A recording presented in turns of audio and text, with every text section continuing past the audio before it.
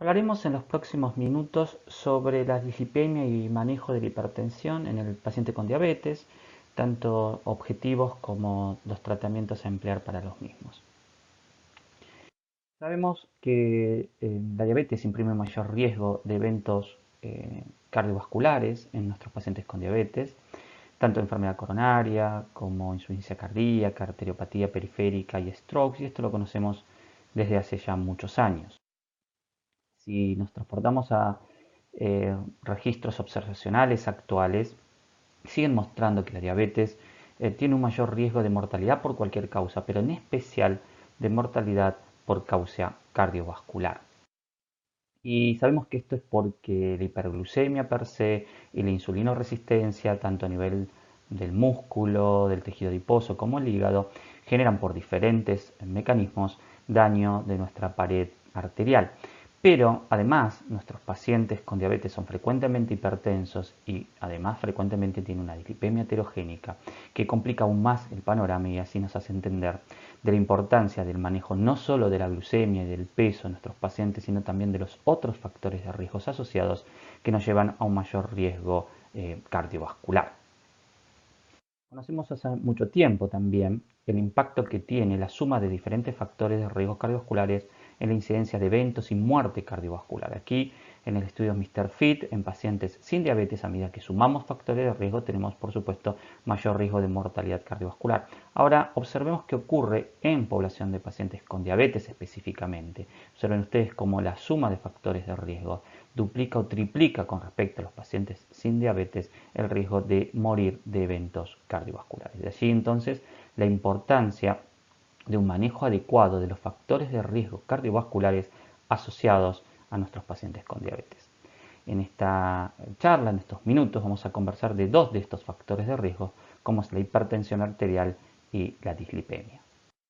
Comencemos entonces con la dislipemia en el paciente con diabetes. Y para ello, primero, les propongo analizar brevemente cuál es el patrón de dislipemia que nuestros pacientes con diabetes tipo 2 tienen. Para ello, limitémonos entonces a explorar un poquito más en profundidad qué pasa con las lipoproteínas en el paciente con diabetes en particular.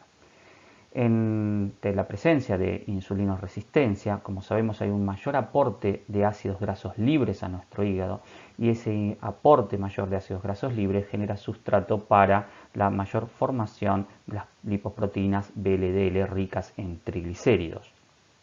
Pero además, la insulinoresistencia no genera solamente aumento de VLDL por mayor aporte de ácidos grasos libres, sino que también favorece a mayor desarrollo de VLDL por otros mecanismos, como por ejemplo por la disminución de la degradación de la ApoB, por aumento de diferentes enzimas, como por ejemplo la proteína de transferencia de triglicéridos microsomal, y todo esto favorece el desarrollo de nuevas moléculas de VLDL que, sumadas a otros trastornos que incluyen en la insulinoresistencia, que disminuyen el catabolismo de la VLDL, como por ejemplo una reducción de la acción de la lipoproteína lipasa y de la ApoC3, que actúa como una especie de cofactor para la misma, hace que entonces haya mayor producción de VLDL con menor degradación de los mismos, y esto a su vez aumenta aún más la presencia de lipoproteínas cargadas de triglicéridos como son las VLDL. Entonces tenemos un mayor aporte de ácidos grasos libres, una mayor formación y menor catabolismo que hace que incrementen las VLDL colesterol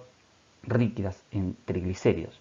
Y al estar muy cargadas de triglicéridos, esto genera una mayor, acción o transferencia de triglicéridos a otras lipoproteínas como las HDL. Recordemos que esto se hace a través de la proteína de transporte de ésteres de colesterol, por lo cual se transfiere de la lipoproteína rica en triglicéridos hacia las HDL y las HDL colesterol hacia las VLDL, por lo cual aquí vemos el tercer elemento que observamos en la dislipemia de los pacientes con diabetes, que es la menor cantidad de colesterol HDL en estos pacientes, y esto entonces es por la transferencia de triglicéridos hacia las HDL y del colesterol de las HDL hacia las VLDL.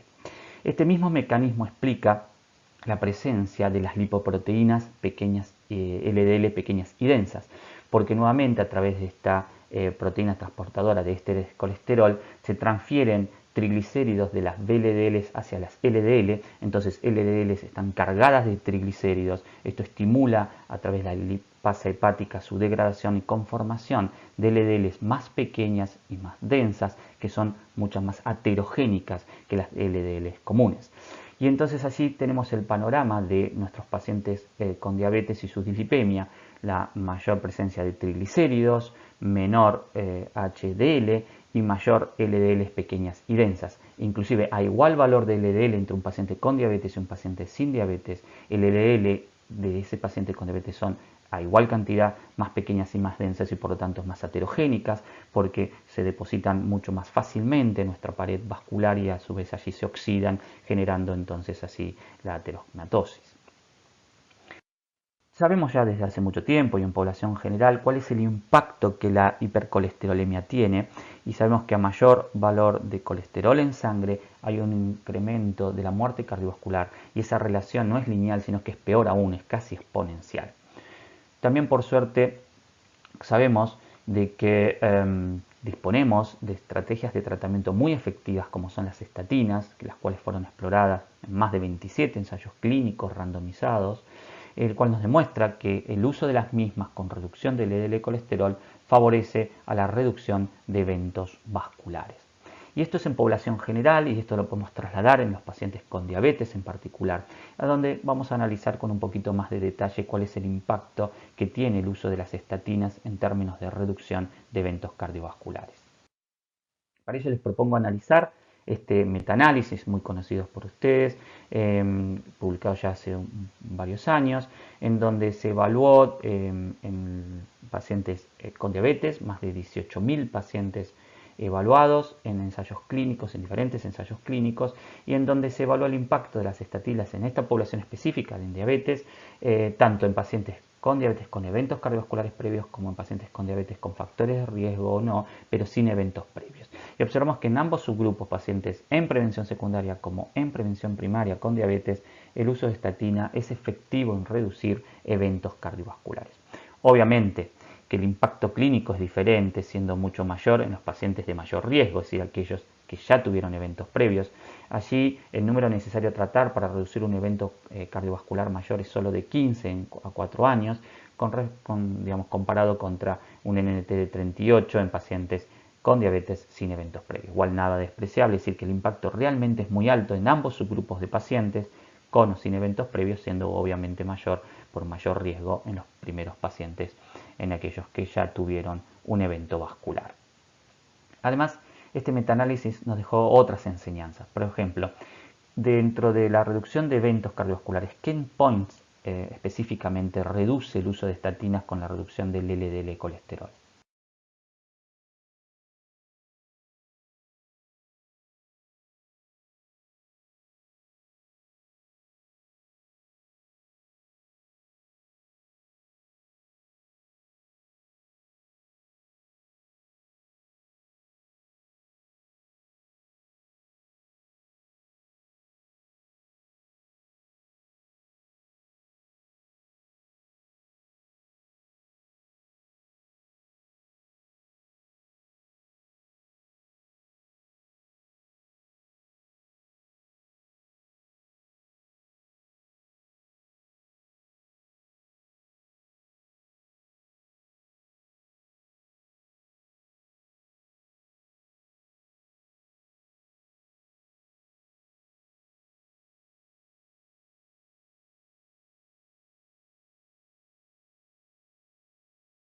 Bueno, como ven aquí, por cada 40 miligramos de cilitro de reducción de LDL colesterol, hay una reducción de mortalidad global, de muerte cardiovascular e infarto, de revascularización, como también así una reducción de accidente cerebrovascular isquémico. Es decir, que el impacto es realmente importante en diferentes endpoints cardiovasculares, pero sobre todo en mortalidad cardiovascular y mortalidad global. Otras enseñanzas que nos dejó este metaanálisis que son sumamente interesantes es que digamos, el impacto en reducción de eventos cardiovasculares con el uso de la estatina es realmente precoz. Ya al año de tratamiento, aquellos que estaban bajo estatinas tuvieron un menor riesgo cardiovascular. No se necesitó esperar 5 o 10 años de tratamiento, ya al año de tratamiento con estatinas, se observa esa reducción del riesgo cardiovascular. Y el otro punto sumamente interesante es que independientemente del LDL colesterol basal, agregar estatinas reduce el riesgo. Obviamente, nuevamente aquí, a mayor colesterol LDL basal, el impacto clínico va a ser mucho mayor. Pero inclusive con valores de LDL bajos, el agregado de estatinas reduce en forma significativa el riesgo cardiovascular de nuestros pacientes con diabetes. Analicemos entonces cuáles son los objetivos de LDL colesterol propuestos para el manejo de nuestros pacientes con diabetes. Y para esto vamos a analizar, por una parte, los pacientes con diabetes que ya tuvieron eventos vasculares previos, es decir, diabetes en prevención secundaria, y por otro lado, cuáles serían los objetivos en pacientes con diabetes en prevención primaria, es decir, sin eventos previos. Para el primer grupo, es decir, para pacientes con diabetes en prevención secundaria, les propongo analizar estas tres guías, las guías europeas de lípidos del 2016, las guías americanas de lípidos del 2018, como las guías actualizadas de la Asociación Americana de Diabetes de este año. Y para esto vemos que los europeos siempre tienen una mirada fijada más en objetivos del LDL colesterol, en tanto que los americanos tienen una visión más enfocada hacia dar o no dar estatinas y la intensidad de esas estatinas, si son altas, moderadas o bajas dosis. Entonces, fíjense ustedes que las guías europeas del 2016 de manejo de lípidos en pacientes con diabetes en prevención secundaria proponen un objetivo de LDL colesterol menos de 70 miligramos decilitro y para eso propone utilizar, por supuesto, las estatinas, los fármacos más estudiados para esto. En tanto que las guías americanas de lípidos, como así también las guías de la ADA, proponen no un objetivo sino una dosis alta de estatinas en todos los pacientes con diabetes en prevención secundaria. Sin embargo, fíjense en ustedes que sugieren que si a pesar de esas altas dosis de estatinas los pacientes persisten con un LDL mayor a 70, entonces evaluar agregar ezetimibe y en algunos casos seleccionados inhibidores de PCSK9. Finalmente, entonces, ustedes comprenden fácilmente que tanto la visión europea como la visión americana, en definitiva, si bien ingresan por diferentes formas, comparten una misma idea, que es tener el colesterol LDL lo más bajo posible en estos pacientes y para ello la mayoría de las veces entonces será con una utilización de altas dosis de estatinas. Cuando nos referimos a altas dosis de estatina, ¿a qué nos estamos refiriendo? Bueno, es el tipo de estatinas y la dosis de estatinas que logra un descenso del LDL colesterol mayor de un 50% del basal. Y para esto, las estatinas que logran este descenso tan significativo son atorvastatina a dosis de 40 o 80 miligramos día y la rosuvastatina a dosis de 20 o 40 miligramos día. El resto de las estatinas o el resto de las dosis de atorvastatina o rosuvastatina son dosis intermedias o inclusive bajas. Son aquellas entonces estatinas y dosis en donde el descenso del LDL colesterol es menos de ese 50%. Y digamos, ¿por qué se insiste en utilizar entonces estatinas altas dosis para bajar el LDL colesterol por debajo de 70? Porque realmente tenemos numerosos ensayos clínicos que nos muestran el beneficio en términos de endpoint clínicos, pero también, y esto es lo interesante desde el punto de vista fisiopatológico, hemos aprendido que cuanto más bajo es ese LDL colesterol, no solo evitamos que las placas de ateroma progresen, sino que también somos capaces, utilizando, digamos, estatinas altas dosis, bajando el LDL por debajo de 70, logramos inclusive hasta poder reducir el volumen de las placas de ateroma. Realmente el impacto de bajar el LDL colesterol es sumamente importante. Disponemos de varios ensayos clínicos que evaluaron dar altas dosis de estatina y bajar el LDL colesterol por debajo de entre 70 o por debajo, como por ejemplo el TNT Trial en pacientes con eventos vasculares previos, crónicos, como así también en el escenario del síndrome coronario agudo, como fue el Pruvit con atorvastatina de 80 miligramos. Aquí les muestro los análisis de subgrupo de pacientes con diabetes, de estos trials, no fueron trials diseñados específicamente en población con diabetes, pero había un porcentaje importante de los mismos, y observen cómo, ya sea en un escenario crónico vascular previo, como en un escenario síndrome coronario agudo, bajar el LDL por debajo de 70 con altas dosis de estatinas nos demuestran beneficios realmente importantes en poco tiempo. De hecho, tal es el beneficio del descenso del LDL colesterol en este grupo de pacientes que inclusive algunas guías, como las guías de endocrinólogos americanos, sugieren inclusive que en estos pacientes con diabetes, con eventos previos, reducir el LDL colesterol inclusive por debajo de 55 miligramos decilitro.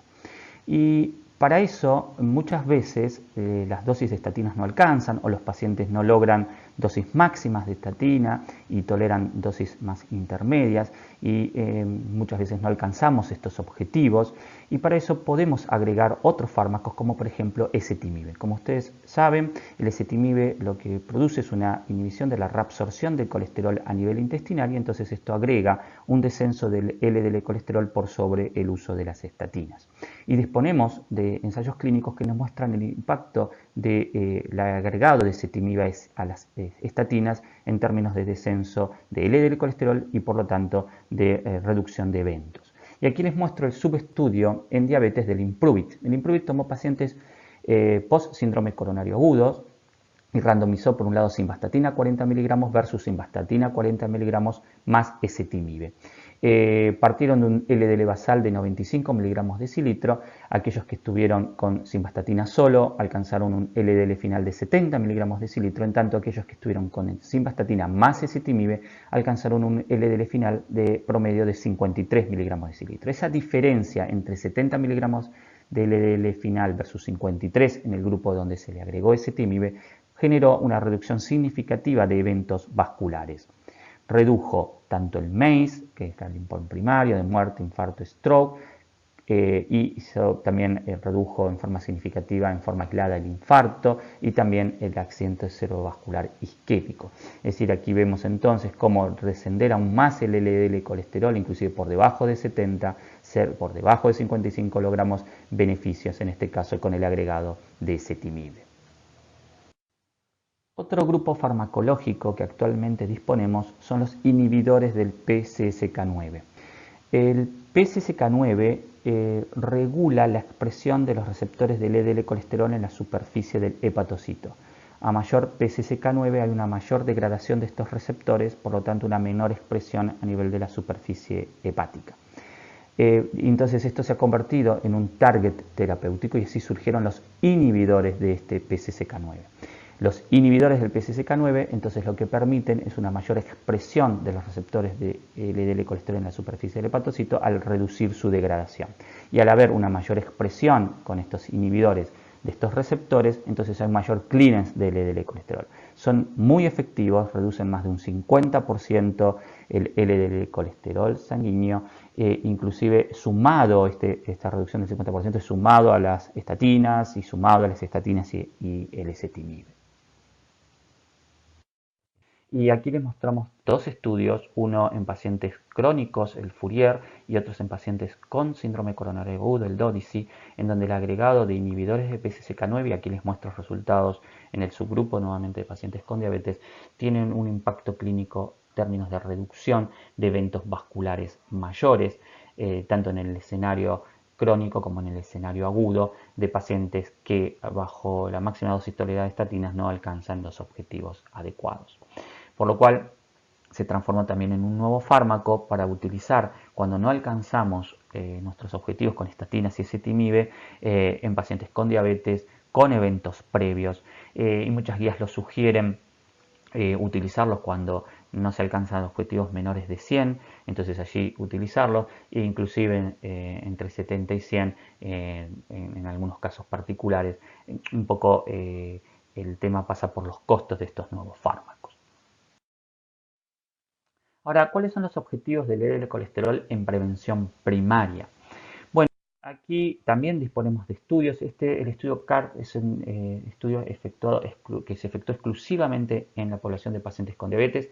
Eran pacientes con diabetes que tenían un factor de riesgo cardiovascular adicional o albuminuria o tenían retinopatía o algún otro elemento. Y se los randomizó a atorvastatina, 10 miligramos versus placebo. El LDL alcanzado de la rama atorvastatina fue de 80 miligramos versus 120 en la rama placebo, y esa diferencia produjo una reducción significativa de eventos cardiovasculares mayores con el uso de atorvastatina.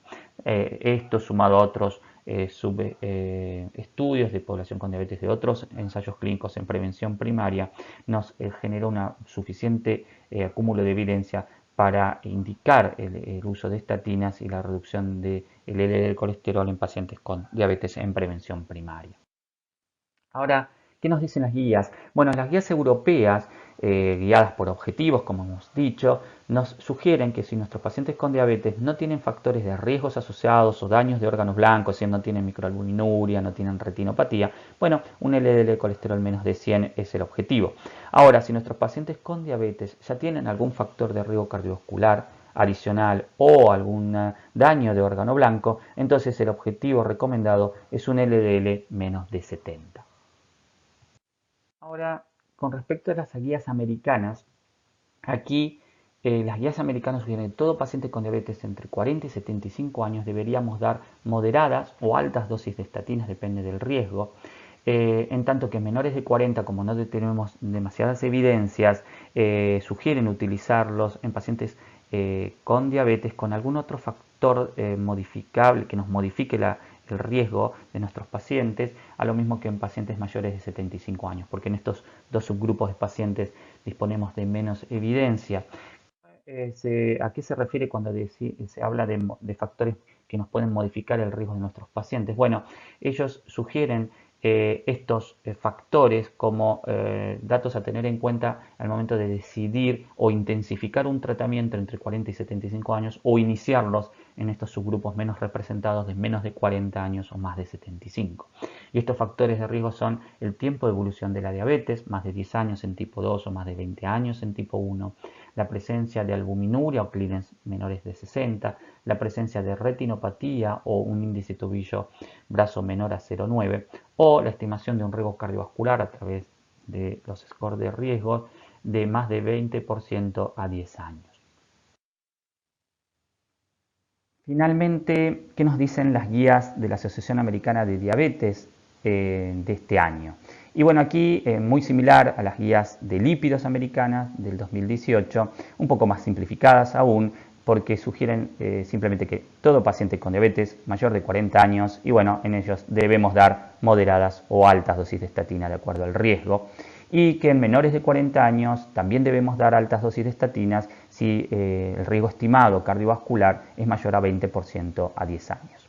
En definitiva, tomemos guías europeas o nuevamente tomemos guías americanas. También la mayoría de nuestros pacientes con diabetes en prevención primaria requerirán la utilización de estatinas, inclusive moderadas o altas dosis. Finalmente, entonces, enfatizar la importancia que tiene el descenso del LDL colesterol utilizando estatinas en la modificación del riesgo cardiovascular de nuestros pacientes. No olvidemos este factor de riesgo y el control adecuado del mismo para lograr que nuestros pacientes tengan menos eventos cardiovasculares.